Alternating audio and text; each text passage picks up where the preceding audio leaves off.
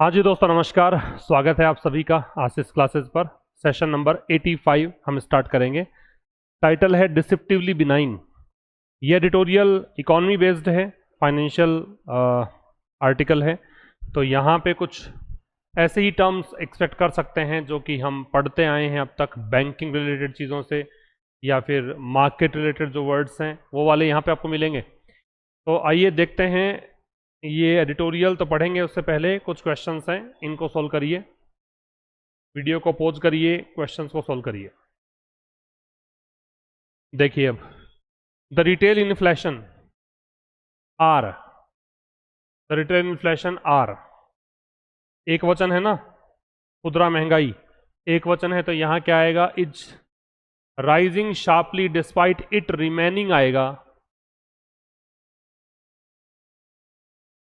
Remaining क्यों आएगा? क्योंकि डिस्पाइट प्रेपोजिशन है तो आगे आईएनजी।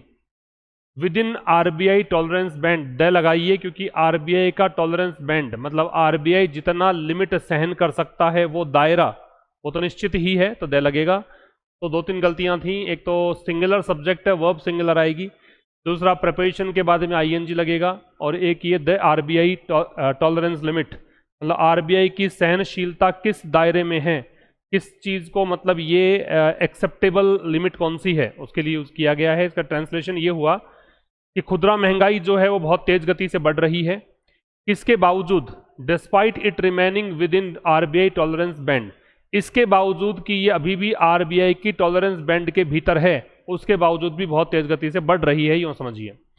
WPI का मतलब होता है होलसेल प्राइस इंडेक्स, तो ये तो नाम है, एक वचन है, इंडेक्स तो हैज।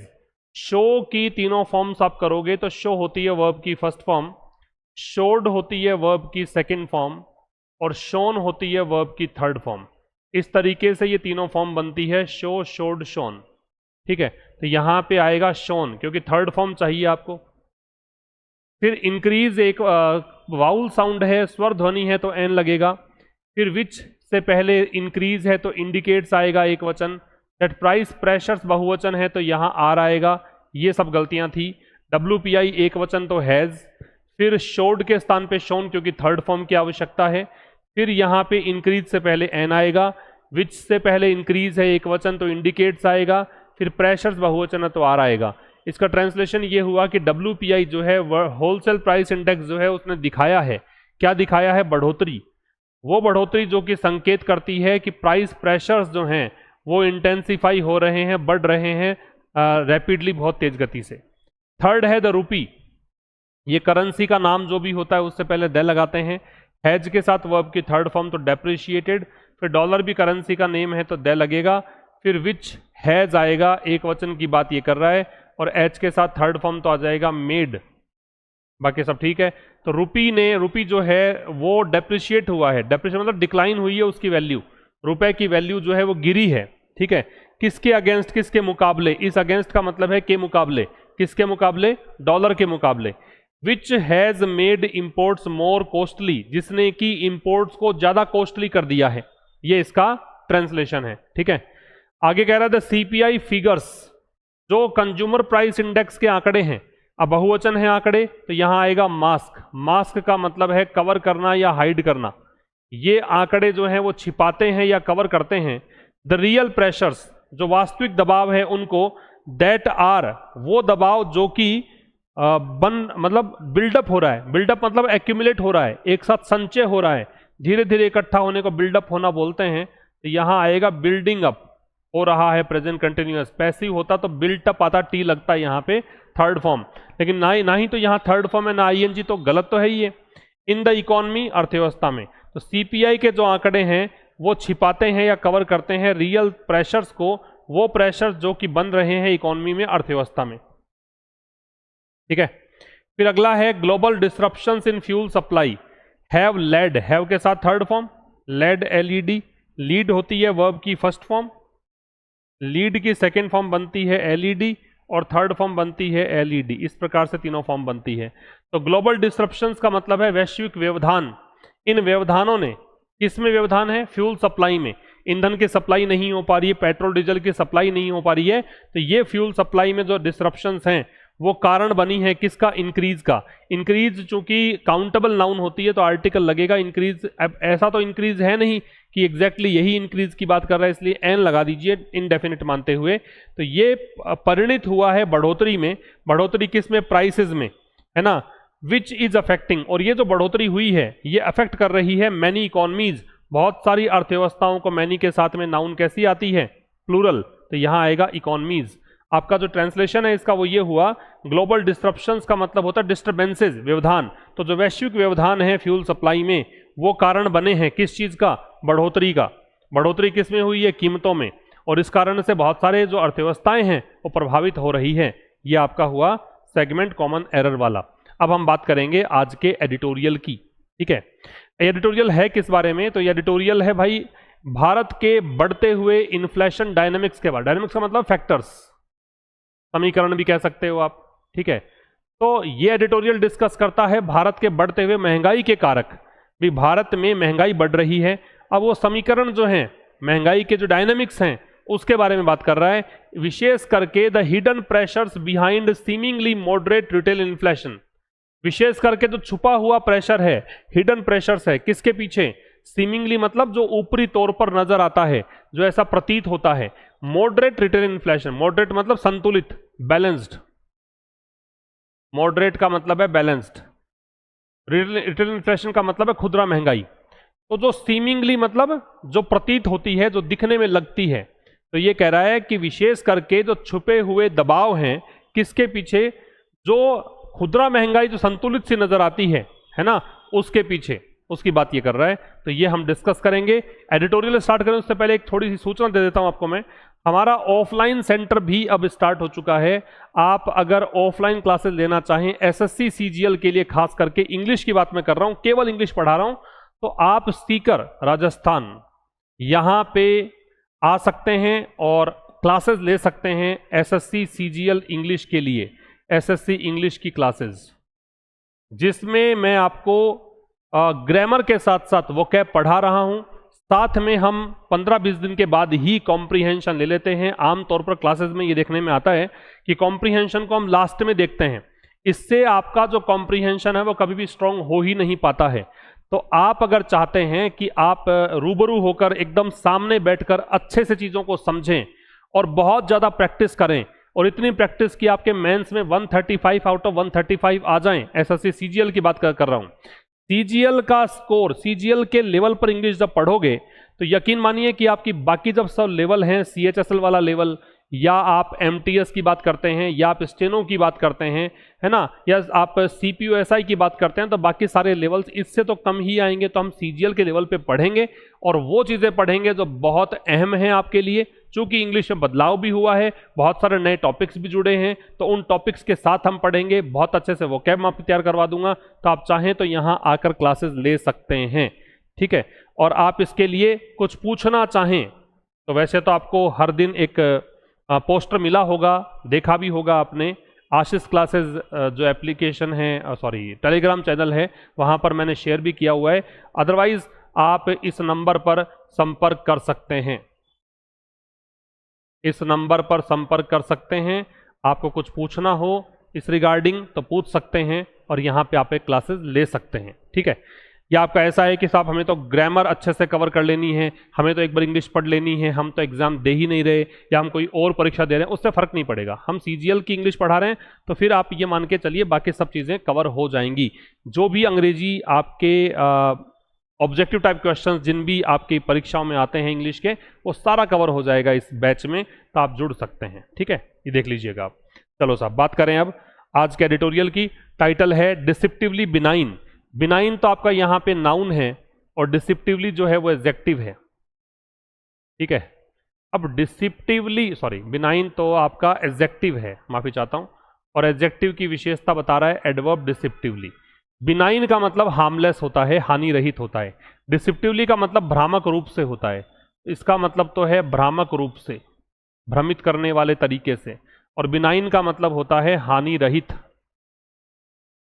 या सौम्य भी कहा जा सकता है, जो जेंटल हो, माइल्ड हो, स्ट्रॉन्ग नहीं हो। एम्पलीफाई का मतलब होता है बढ़ाना, और मार्जिनली का मतलब होता है आंशिक रूप से। पूरा समझ में आ जाएगा, एंड तक देखना, आराम से सुनना, ठीक है। डिसेप्टिवली बिनाइन का मतलब है बिनाइन तो है, हानि रहित तो है, सौम्य है, लेकिन डिसेप्टिवली है, मतलब भ्रमित करने वाली सी बात है ये, कि ये हानि रहित दिख तो रहा है लेकिन है नहीं, आपको भ्रमित किया जा रहा है, ये कहना चाह रहा है। किसको लेकर है? रिटेल इन्फ्लेशन को लेकर एडिटोरियल है, खुदरा महंगाई। और किसको लेकर है? ऑयल इंपोर्ट डिपेंडेंसी, डिपेंडेंसी निर्भरता नाउन है। ऑयल इंपोर्ट मतलब तेल के आयात की निर्भरता, भारत चूंकि तेल के आयात के लिए निर्भर करता है, इसीलिए तो ईरान इजराइल का जो युद्ध है, अमेरिका का युद्ध है, वो भारत को प्रभावित कर रहा है, ठीक है, वो सारी एशियाई कंट्रीज को प्रभावित कर रहा है। तो यहाँ पे कह रहा है कि भाई रिटेल इन्फ्लेशन की बात हम करेंगे, खुदरा महंगाई की बात करेंगे और ऑयल इंपोर्ट डिपेंडेंसी की बात करेंगे। अब देखिए क्या कहना चाह रहा है, इंडिया सब्जेक्ट है, मस्ट मूव, जरूर से जरूर भारत को मूव करना चाहिए। किससे? फॉसिल फ्यूल से, मतलब जीवाश्म ईंधन से, जो परंपरागत तरीके से भारत एनर्जी प्राप्त करता रहा है, उससे भारत को दूर जाना चाहिए, मूव करना चाहिए, मतलब यहां इसको छोड़ देना चाहिए। किस लिए? ताकि बच सके। किससे बचना है? एम्प्लीफाइंग, बढ़ता हुआ, इंक्रीज होता हुआ इंपोर्टेड इन्फ्लेशन।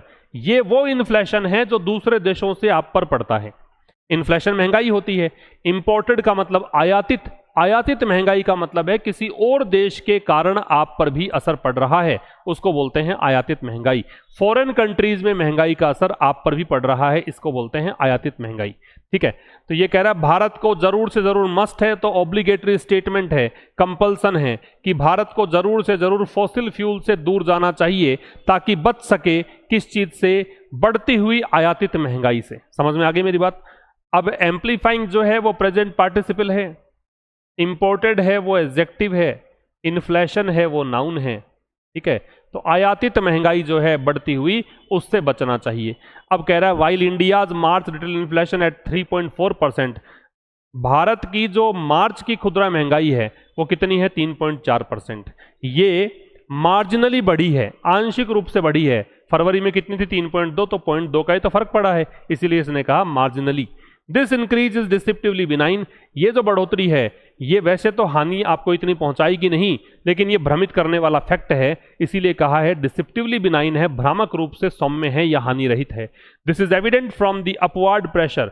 अपवर्ड प्रेशर का मतलब होता है जब महंगाई बढ़ती है तो कीमतें बढ़ती हैं, वो है अपवर्ड जा रही हैं कीमतें, और उसका प्रेशर तो महंगाई का दबाव, ऐसे समझिए। तो दिस इज एविडेंट, ये स्पष्ट है, फ्रॉम द अपवर्ड प्रेशर, किससे? ऊपरी जो कीमतें हैं, कीमतों का जो ऊपर स्तर है, उसके दबाव से। दबाव किस पर पड़ रहा है? WPI पर, which climbed to a 38 month high. और WPI जो है वो 38 महीने के हाई स्तर पर पहुंच गया है, और वो क्या है हाई स्तर? 3.88% है। कब? मार्च में। मेरी बात समझ में आ गई आपको? अब देखिएगा, समझना है इसको। तो कह रहा है कि वाइल इंडियाज मार्च रिटेल इन्फ्लेशन सब्जेक्ट, रोज राइज की सेकेंड फॉर्म है, राइज होती है वर्ब की फर्स्ट फॉर्म, रोज होती है वर्ब की सेकेंड फॉर्म, रीजन होती है वर्ब की थर्ड फॉर्म, ऐसे करके तीनों फॉर्म बनती है राइज, रोज, रीजन।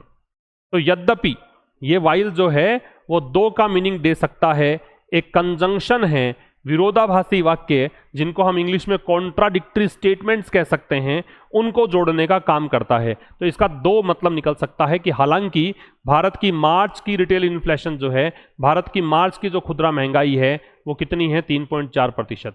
ये खुदरा महंगाई बढ़ी, ये राइज की सेकेंड फॉर्म हो गई। और ये राइज जो है वो इंट्रांजिटिव वर्ब होती है, याद रखिए, ये अकर्मक क्रिया होती है, ठीक है।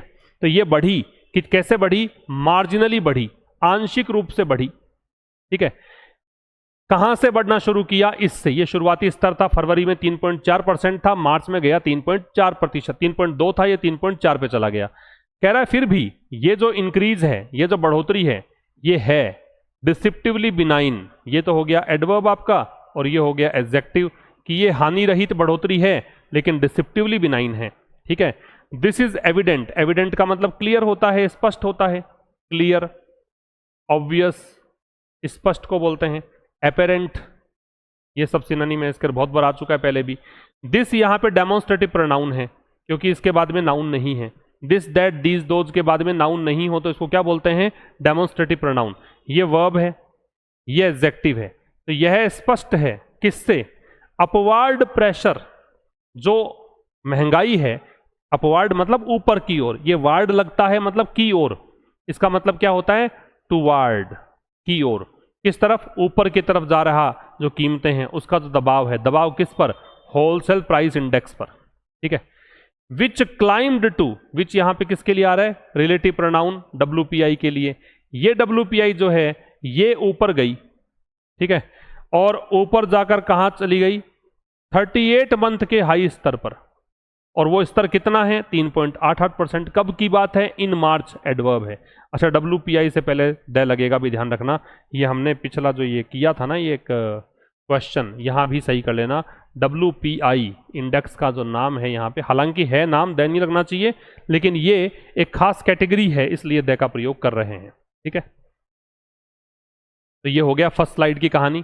क्लाइम्ड का मतलब है इंक्रीज होना, इंटेंसिफाई होना, बढ़ना। आगे चलें, नेक्स्ट देखिए क्या कह रहा है। नेक्स्ट में ट्रांजिशन का मतलब है बदलना, बदलाव, बदलना। डाइवर्जेंस का मतलब है अंतर, भिन्नता। इंटरप्रेट का मतलब है व्याख्या करना, समझाना, व्याख्या करना। मास्क का मतलब है छिपाना,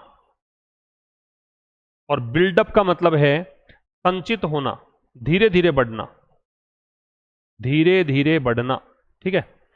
क्या कह रहा समझिएगा, पहले मैं आपको समझा देता हूं, ऊपर ऊपर से रफ एक आइडिया देता हूं क्या कहना चाह रहा है।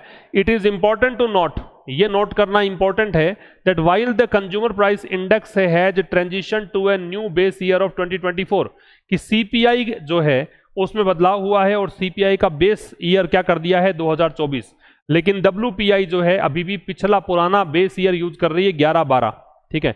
A divergence that must be kept in mind, ये एक अंतर है CPI और WPI में जो कि दिमाग में रखना चाहिए। When interpreting the latest inflation data, जब आप अभी वर्तमान के महंगाई आंकड़ों की बात करें, उनको समझाने का प्रयास करें, तो इस बात को ध्यान में रखकर प्रयास करें, ठीक है। आगे कह रहा है while the March CPI appears comfortably with in the RBI's 4 to 6% tolerance band, कह रहा है यद्यपि मार्च की जो CPI है वो ऐसा लगता है कि वो RBI के 4 से 6% का एक टॉलरेंस बैंड है। RBI कहता है कि हम इतनी महंगाई तो सह जाएंगे, एक्सेप्टेबल है, कोई दिक्कत नहीं है। तो मार्च का जो CPI है, कंज्यूमर प्राइस इंडेक्स है, वो इसी के बीच है। रीडिंग जो ये आंकड़े हैं वो छिपाता है अ फार मोर कॉम्प्लेक्स बिल्डअप, कि इससे भी ज्यादा जटिल एक कहानी है उसको छिपाता है, और वो कहानी किसकी है, दबाव की। और वो दबाव किस कारण से है, वो दबाव इस कारण से है कि कच्चे माल जो है, इनपुट कॉस्ट है, लागत कीमत है, वो बढ़ी है, और विशेष करके कौन सी बात कर रहा है, ईंधन की बात कर रहा है, पेट्रोल डीजल की बात कर रहा है। अब समझो, इट सब्जेक्ट है, इज वर्ब है, इंपॉर्टेंट एडजेक्टिव है, ये महत्वपूर्ण है। क्या करना, नोट करना, क्या चीज, दैट, ये कंजंक्शन है। कि यद्यपि वाइल जो है वो दो या ऑल्दो का काम करेगा, ये दैट जोड़ रहा है दो क्लोजेस को। अब इस क्लोज में दो क्लोजेस जो आएंगे आगे, वो अगले दो क्लोजेस में से वाइल से स्टार्ट कर रहे हैं कि यद्यपि कंज्यूमर प्राइस इंडेक्स जो है वो ट्रांजिशन हुई है, उसमें ट्रांसफॉर्म हुआ है, बदलाव आया है, बदलकर कहां चला गया है, ये to a new base year of 2024। 2024 का एक नया बेस ईयर। बेस ईयर का मतलब है आप किससे तुलना कर रहे हो, कहां से आप कह रहे हो कि भी बढ़ोतरी हुई है या गिरावट आई है। जैसे मैंने कहा कि आप 10th में आपके मार्क्स आए मान लीजिए 100 में से 90, और 9th में आपके मार्क्स आ रहे हैं 100 में से 95, तो आप कहोगे कि साहब ये गिरावट आई है क्योंकि आपने बेस क्या मान लिया, 9th क्लास को। 9th क्लास के 95 मार्क्स से तो गिरावट ही नजर आएगी आपको। तो ये कह रहा है कि अब जो बेस ईयर है CPI का वो तो है 2024, जबकि WPI जो है, देखो जो भी इंडेक्स है उससे पहले द का प्रयोग है, जबकि WPI है वो लगातार प्रयोग कर रही है किसका, 2011-12 के बेस ईयर का, ठीक है, वो कंटिन्यू कर रही है इसको। तो ये एक ऐसा अंतर है, ये डाइवर्जेंस है, डाइवर्जेंस नाउन है, ये डिटर्मिनर है, ये एक ऐसा अंतर है जो कि अब ये रिलेटिव प्रोनाउन है, अब ये किसके लिए आ रहा है, डाइवर्जेंस के लिए। और इस डाइवर्जेंस को क्या करना चाहिए, must be kept in mind. Keep in mind का मतलब है ध्यान में रखना, और must be kept passive voice है मस्ट का। मॉडल का पैसिव किससे बनता है, बी प्लस थर्ड फॉर्म से। तो इस डाइवर्जेंस को ध्यान में रखना चाहिए, कब, इंटरप्रेट करते समय, है ना। इंटरप्रेट करते समय मतलब जब आप व्याख्या करो किसकी, लेटेस्ट इन्फ्लेशन डेटा की। इन्फ्लेशन डेटा महंगाई के आंकड़े, लेटेस्ट मतलब जो नवीनतम आंकड़े हैं, मतलब इससे आगे कोई आंकड़े आए ही नहीं, लास्ट यही आए थे, ठीक है। तो लेटेस्ट इन्फ्लेशन डेटा, लेटेस्ट कहां से निकल कर आता है, लेट से, लेट, लाइटर, लेटेस्ट, ऐसे निकल कर आता है लेटेस्ट। ठीक है, आगे क्या कह रहा है, while the March CPI appears comfortably. अब वाइल फिर से आ गया, दो क्लॉज को जोड़ेगा कि हो एक तरफ तो देखिए मार्च की जो सीपीआई है ये सब्जेक्ट, वो ऐसा लगता है कि comfortably with in the RBI this band, RBI का एक टॉलरेंस बैंड है और ये बहुत ही आराम से इस बैंड के अंदर ही है। मार्च में सीपीआई, समझो आंकड़ा बता रहा है केवल ये कि मार्च का जो कंज्यूमर प्राइस इंडेक्स है वो 4 से 6%, जो कि आरबीआई ने कह रखा है कि एक्सेप्टेबल लिमिट है, हम इसको हम एक्सेप्ट कर सकते हैं, कोई खास बात नहीं है, तो इसके भीतर ही है और आराम से भीतर है इसके। तो लेकिन जो ये रीडिंग है, रीडिंग का मतलब ये जो पठनांक है, जो आपने आंकड़ा बताया है, ये छिपाता है किस चीज को, एक बहुत ज्यादा, जहां फार लग जाता है तो फार इंटेंसिफायर है। वैसे ही देखो कह रखा मोर कॉम्प्लेक्स मतलब अधिक जटिल, कॉम्प्लेक्स मतलब कॉम्प्लिकेटेड, या आप इसको कह सकते हो इंट्रिकेट, जटिल को बोलते हैं। और फार मोर मतलब बहुत ज्यादा जटिल। बिल्डअप का मतलब है, बिल्डअप का मतलब है संचित होना, धीरे धीरे इकट्ठा होना, किसका, प्रेशर्स। तो बहुत ज्यादा जटिल जो बिल्डअप हो रहा है, प्रेशर किससे बिल्डअप हो रहा है, ड्रिवन, ड्रिवन का मतलब है कोज्ड। ये हो किससे रहा है, ये हो रहा है प्राइमरीली मतलब प्राथमिक रूप से, या मेनली कह दो, मुख्यतया राइजिंग इनपुट कॉस्ट, बढ़ती हुई, प्रेजेंट पार्टिसिपल है, इनपुट कॉस्ट यहां पे नाउन है, बढ़ती हुई जो लागत कीमत है, इनपुट कॉस्ट का मतलब लागत कीमत, विशेष करके, स्पेशली का मतलब है पर्टिकुलरली, विशेष करके किसकी बात कर रहा है, फ्यूल प्राइसेस की बात कर रहा है, ईंधन की कीमतों की बात कर रहा है। क्लियर है यहां तक? आइए नेक्स्ट पर। इस स्लाइड में एक्सेलरेशन का मतलब है त्वरण, या फिर कहें गति बढ़ना, है ना, गति तेज होना, गति तेज होना। एक्सीलरेटर होता है गाड़ी में, वो गति बढ़ाने का काम करता है। म्यूटेड का मतलब है सीमित या कमजोर कह सकते हो, दबा हुआ कह सकते हो।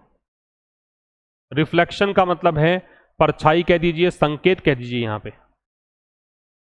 ठीक, क्या कह रहा है समझिए। WPI इन्फ्लेशन, आप कहोगे WPI के पहले देखो सर दे नहीं है, तो मेरे भाई WPI की बात ही नहीं कर रहे हम बात कर रहे हैं WPI इन्फ्लेशन की, महंगाई की बात कर रहे हैं। अगर केवल WPI होता दे लगा देते। तो WPI महंगाई जो है वो फरवरी में थी 2.4%, अब चली गई मार्च में 3.88% पर। यह इंडिकेट करती है कि बहुत ज्यादा मंथ ऑन मंथ, अगर महीने दर महीने देखें तो बहुत ज्यादा बढ़ोतरी हुई है होलसेल प्राइस प्रेशर्स में। ठीक है, मतलब थोक कीमतें बढ़ी हैं। This is found only muted reflection food prices. अब इसने पाया है क्या, केवल सीमित एक प्रभाव या संकेत खाद्य कीमतों में। With the consumer price index rising moderately from रफली, और जो CFPI है, कंज्यूमर फूड प्राइस इंडेक्स है, वो संतुलित रूप से बढ़ा है, 3.4% था और 3.8 पे आ गया है मार्च में। सारी आंकड़ों की गणित है, ज्यादा कुछ घबराने वाली इसमें कहानी नहीं है। WPI इन्फ्लेशन सब्जेक्ट है, ये बढ़ा कहां से, लगभग 2.4% था फरवरी में और अब पहुंच गया है 3.88% मार्च में। तो देखो साहब, ये तो एंडिंग पॉइंट है और ये शुरुआती बिंदु है। शुरुआती बिंदु के लिए हम फ्रॉम लगाते हैं और अंतिम बिंदु के लिए हम क्या लगाते हैं, टू लगाते हैं, ध्यान रखिएगा इसको। अच्छा जी, इंडिकेटिंग प्रेजेंट पार्टिसिपल है, संकेत देते हुए, किस चीज का, बहुत तेज, शार्प का मतलब है बहुत ज्यादा। ठीक है, मंथ ऑन मंथ, ये एक नाउन का कॉन्सेप्ट है कि जब दो एक जैसी नाउन हो, जैसे मंथ दोनों साइड मंथ है और बीच में प्रेपोजिशन हो, जब दो एक जैसी नाउन N1 बराबर N2 हो, और अगर N1 plus preposition plus N2 हो, मतलब N1 और N2 बराबर हो और N1 N2 के बीच में एक प्रेपोजिशन हो, तो दोनों नाउन जो है वो कैसी आएगी, सिंगुलर आएगी। तो यहां पे मंथ ऑन मंथ दोनों ही कैसी है, सिंगुलर है। एक्सीलरेशन मतलब हो गया गति में तेजी आना, त्वरण जिसको बोलते हैं। तो बहुत ज्यादा शार्प एडजेक्टिव है, महीने दर महीने बढ़ोतरी देखी गई। ठीक है, ये नाउन है, किसमें, होलसेल प्राइस प्रेशर्स में। इस चीज ने हैज फाउंड पाया है प्रेजेंट परफेक्ट, केवल म्यूटेड रिफ्लेक्शन, केवल सीमित, केवल दबा हुआ सा इंडिकेशन फूड प्राइसेस में। कैसे कि कंज्यूमर फूड प्राइस इंडेक्स जो है ये विद प्रेपोजिशन है, इसलिए देखो यहां ING है, वो बढ़ रहा है मॉडरेटली, मतलब सीमित रूप से, संतुलित रूप से, मॉडरेट और बैलेंस सेम चीज होती है। कहां से? रफली मतलब लगभग, अबाउट, अप्रोक्सीमेटली, नियरली 3.4% था फरवरी में, और ये बढ़कर कितना? लगभग 3.8% चला गया मार्च में। क्लियर? नेक्स्ट पे आइए। प्रिसिपिटस का मतलब है बहुत तेज, बहुत तेज, प्रिसिपिटस। डेप्रिशिएशन का मतलब है अवमूल्यन, गिरावट को बोलते हैं। डिसरप्ट का मतलब है व्यवधान डालना, रुकावट डालना, व्यवधान डालना या रुकावट डालना। ट्रांसमिट का मतलब है प्रसारित करना। क्या कह रहा है देखो, सेवरल फैक्टर्स, कई सारे कारक हैं, आर ड्राइविंग दिस डाइवर्जेंस, जो इस डाइवर्जेंस को, इस अंतर को क्या कर रहे हैं? ड्राइव कर रहे हैं, मतलब कारण बन रहे हैं। बहुत सारे कारण हैं जिसके कारण ये भिन्नता देखने को मिल रही है। Chief among them then rupee's precipitous depreciation of about 2.5 to 3% against the US dollar. और इन सब में मुख्य कारण क्या बताया है कि डॉलर, रुपए का जो अवमूल्यन हो रहा है डॉलर के मुकाबले 2.5 से 3% की गिरावट आ गई है। गिवन दैट, इस चीज को देखते हुए कि crude oil and gas are globally traded dollars, कि कच्चा तेल और गैस का व्यापार डॉलर में ही होता है, तो इस चीज ने आयातित महंगाई को बढ़ा दिया। चूंकि डॉलर में हो रहा है, दूसरे देश का प्रभाव पड़ रहा है, तो मैंने कहा था आयातित महंगाई का मतलब है दूसरे किसी देश का प्रभाव पड़े और महंगाई हो जाए, उसको बोलते हैं imported inflation. The US Israeli war, US Israel का जो वॉर है ईरान पर, हैज डिसरप्टेड सप्लाई चेन्स, इसने सप्लाई चेन्स, आपूर्ति श्रृंखलाओं में व्यवधान डाला है। फॉर दीज क्रिटिकल फ्यूल्स, इन मुख्य ईंधनों के लिए, पुशिंग अप ग्लोबल प्राइसेस, और इस कारण से वैश्विक कीमतें बढ़ गई हैं। Transmitting inflationary pressures across economies, और इसका प्रभाव जो है, महंगाई का दबाव का जो प्रभाव है वो सभी अर्थव्यवस्थाओं में देखने को मिला है। ये प्रभाव ट्रांसमिट हुआ है, ये प्रसारित हुआ है, ये फैला है। देखो क्या कह रहा है, सेवरल फैक्टर्स, याद रखिए भी सेवरल डिटर्मिनर है और फैक्टर्स है वो नाउन है। सेवरल के बाद नाउन प्लूरल ही आता है जनरली, ठीक है, सब्जेक्ट है। आर ड्राइविंग वर्ब है, प्रेजेंट कंटिन्यूअस है। दिस डाइवर्जेंस ऑब्जेक्ट है। तो बहुत सारे कारक हैं, कई कारक हैं जो इस डाइवर्जेंस को ड्राइव कर रहे हैं, चला रहे हैं, और उनमें मुख्य कारक क्या है? ये दैम तो आ रहा है फैक्टर्स के लिए, चीफ आ रहा है मुख्य, तो मुख्य कारक जो है वो है रुपए का बहुत तेज अवमूल्यन, ये एडजेक्टिव। प्रेसिपिटस मतलब शार्प, डेप्रिशिएशन मतलब डिक्लाइन, वैल्यू में डिक्लाइन, लगभग कितना? इतना। किसके मुकाबले? ये प्रेपोजिशन। इस अगेंस्ट का मतलब के विरुद्ध नहीं है, के मुकाबले है। किसके मुकाबले? यूएस डॉलर के मुकाबले। गिवन दैट का मतलब है कंसिडरिंग। वैसे अकेला गिवन जो होता है वो प्रेपोजिशन होता है, नोट कर लेना भाई। अकेला गिवन होता है वो प्रेपोजिशन होता है, और गिवन दैट होता है वो कंजंक्शन होता है। तो ये कंजंक्शन है। इस चीज को देखते हुए, कंजंक्शन इसलिए कि दैट आ गया है इसमें, ये देखते हुए कि क्रूड ऑयल और गैस जो है वो, ये हेल्पिंग वर्ब है, ग्लोबली एडवर्ब है, ट्रेडेड वर्ब है, मैन वर्ब, ये ट्रेड की जाती है। अब देखो प्रेजेंट सिंपल का पैसिव है, ये आर ट्रेडेड, इज ट्रेडेड दे रखा है ना, ये प्रेजेंट सिंपल का पैसिव है। तो कह रहा है ये चीज देखते हुए कि क्रूड ऑयल और गैस को वैश्विक रूप से ट्रेड किया जाता है डॉलर्स में, तो ये इस चीज ने क्या कर दिया है? इस चीज ने एम्पलीफाई कर दिया है, बढ़ा दिया है। किसको? इंपोर्टेड इन्फ्लेशन को। तो यूएस इजरायली जो वॉर है ईरान को लेकर, इसने क्या किया है? इसने डिसरप्ट कर दिया है। ये हेल्पिंग वर्ब, ये मैन वर्ब। किसको? सप्लाई चेन्स ऑब्जेक्ट को, ठीक है, ये ऑब्जेक्ट हो गया। फॉर दीज क्रिटिकल फ्यूल्स, और सप्लाई चेन किसकी? इन महत्वपूर्ण फ्यूल्स की। क्रिटिकल का मतलब है इंपॉर्टेंट, सिग्निफिकेंट, वाइटल, महत्वपूर्ण। क्या करते हुए? पुशअप करते हुए, बढ़ाते हुए, धकेलते हुए। किसको? वैश्विक कीमतों को। और क्या करते हुए? ट्रांसमिट करते हुए। एंड के दोनों साइड देखो चीजें सेम है, जैसे वहां था पुशिंग अप, वैसे है ट्रांसमिट, दोनों ही प्रेजेंट पार्टिसिपल है, ठीक है। ट्रांसमिट करते हुए, प्रसारित करते हुए, किसको? महंगाई के दबाव को। ये नाउन है, ये एडजेक्टिव है। और अक्रॉस का मतलब है, ये प्रेपोजिशन, मतलब थ्रू आउट। इस अक्रॉस का मतलब होता है थ्रू आउट, इकोनॉमीज मतलब सभी अर्थव्यवस्थाओं में, ये कहना चाह रहा है, ठीक है। अब आइए ये बात करते हैं मैच द कॉलम की, करिए, देखो आपको आता है तो। पहला है प्रिसिपिटस, क्या बताया था? सडन एंड स्टीप, बहुत तेज, बी आएगा आंसर। एम्पलीफाइड का बढ़ाना, इंक्रीज्ड या इंटेंसिफाइड, ए आएगा। डिसरप्टेड का व्यवधान डालना, डी आ जाएगा। डिस्टर्ब्ड, डाइवर्जेंस का अंतर, तो ई आ जाएगा। और क्रिटिकल का इंपॉर्टेंट, इसेंशियल, तो सी आ जाएगा। अब आएंगे क्वेश्चंस पर, और ये आपको पीडीएफ मिलेगा तो ये पढ़िएगा, बहुत ही काम की चीजें इसमें होती हैं। एम्पलीफाई, एम्पलीफाई का मतलब है इंटेंसिफाई, बढ़ाना। फिर क्या है? बिनाइन का मतलब क्या है? बिनाइन का मतलब है फेवरेबल, लेकिन एंटोनिम पूछा है आपसे, तो बिनाइन का बाकी देखो सिनोनिम है, ये सिनोनिम है। जेंटल भी सिनोनिम है, ठीक है। मार्जिनल और मैलिग्नेंट, तो दो चीजें ये तो सौम्य होती हैं जो आपके पक्ष में हैं, और ये अहितकर होता है तो मैलिग्नेंट आपका आंसर आएगा। मार्जिनल तो आंशिक होता है। फिर पूछा है प्रेसिपिटस डिप्रिसिएशन का मतलब क्या है? बहुत तेज और अचानक से गिरावट, ये नहीं आएगा। Sudden and steep decline in value.